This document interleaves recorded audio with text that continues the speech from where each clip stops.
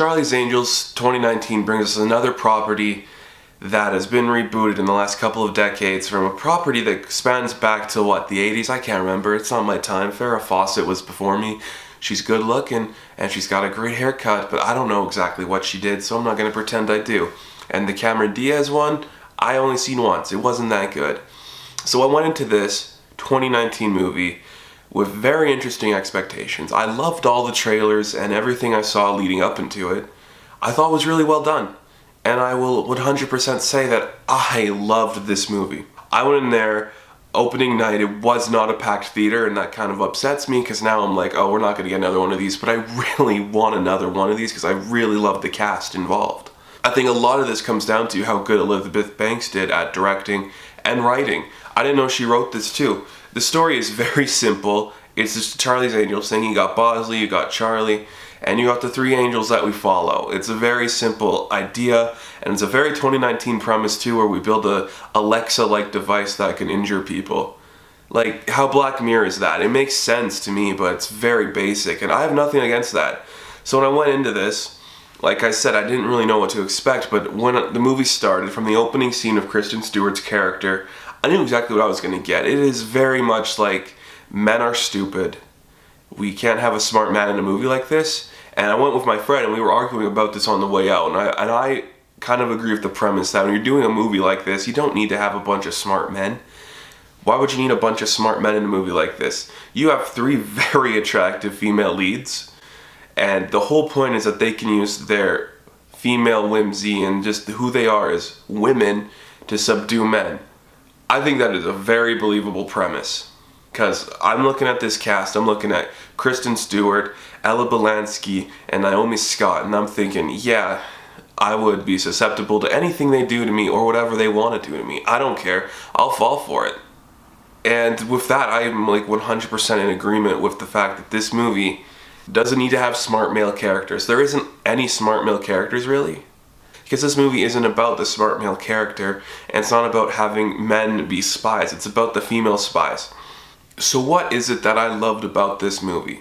Well, it's right down to everything. The set pieces are amazing, the cast is amazing, the direction is amazing, and the costume design on some of the dresses and everything, it's spectacular. It looks beautiful, it's shot beautifully, it kind of feels like a Fast and Furious movie meets something a little more stylized like Kingsman.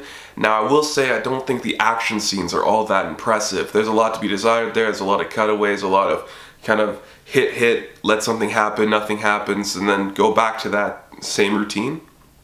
But I'm okay with that because everything else very much impressed me, and I'd watch it all over again. I really like Kristen Stewart's character. She was phenomenal. Something about that character, who she plays, could easily become very annoying, but it never did, and I'm really impressed with that. And I will say, I've never seen Ella Balinskas in anything before this, but she's someone to look out for. I really hope she gets more roles. I think she could be really good at a lot of stuff. And Naomi Scott. Are we going to call her the franchise killer because, Power Rangers didn't go anywhere? I don't think that's her fault, but we got to watch this one.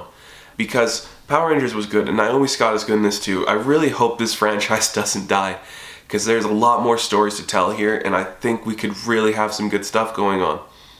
But I have to give credit where all the credit is due to me is with Elizabeth Banks. I really love her direction in this and her character. Now her Bosley is very kind of a Elizabeth Banks playing Elizabeth Banks, but that doesn't matter because it was still so fun and interesting, and she has a lot of good lines in there.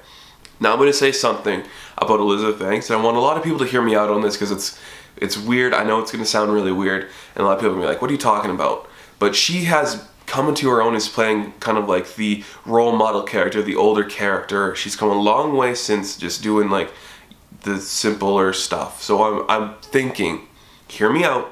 I know you guys are going to be like, what are you talking about? That's stupid. Elizabeth Banks as Granny Goodness in the New Gods movie. I think it's a good idea. I think she could pull it off. I know you want older, but come on. It's Elizabeth Banks as Granny Goodness. I really think that is a good idea. Patrick Stewart is in this movie, surprisingly. I didn't know he was in it, and I was very intrigued by his character. Seeing him show up made me smile.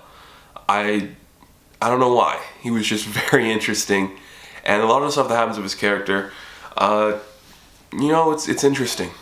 I wouldn't say he's the best character in the film, but every time he was on screen I was impressed and I did like seeing him. I always forget he's still around doing stuff. Picard's coming out soon, isn't it? I'm not gonna watch Picard because I think it's a stupid idea and a cash grab, and I don't know why Patrick Stewart said yes to it, but I'm glad it exists. I will summarize my thoughts with this. This is a simple premise of a movie. It is easily forgettable in terms of the big action piece, and it does nothing to enhance the male character in this kind of storytelling. But the acting is superb, and the chemistry between the three Charlie's Angels, they're just called Angels, right? Because they're not, whatever. They're fantastic. They are very compelling leads, and they are very good in this. Elizabeth Banks does a great job with a mediocre script that she wrote and makes it compelling. And I just had a permanent smile on my face watching this. It's not an over-the-top dramatic movie. It's not an over-the-top action movie. It's a simple, laid-back action movie that you're going to enjoy watching, and you're going to get something out of it every time you watch it. I know that for a fact, and I'm going to go back and watch this one again. It's one of those movies that I want to watch again because it's so interesting and unique. And I like Charlie's Angels, and I really want this to get a sequel, so I hope people go see it. I really like this cast, and I really hope they get more projects. So I'm going to give this movie a thumbs up. Alright, that'll do it for this review. It's been a long time since I've done something like this, so I'm back, I guess. We'll see what happens. And I will catch you guys in the next video. Good luck.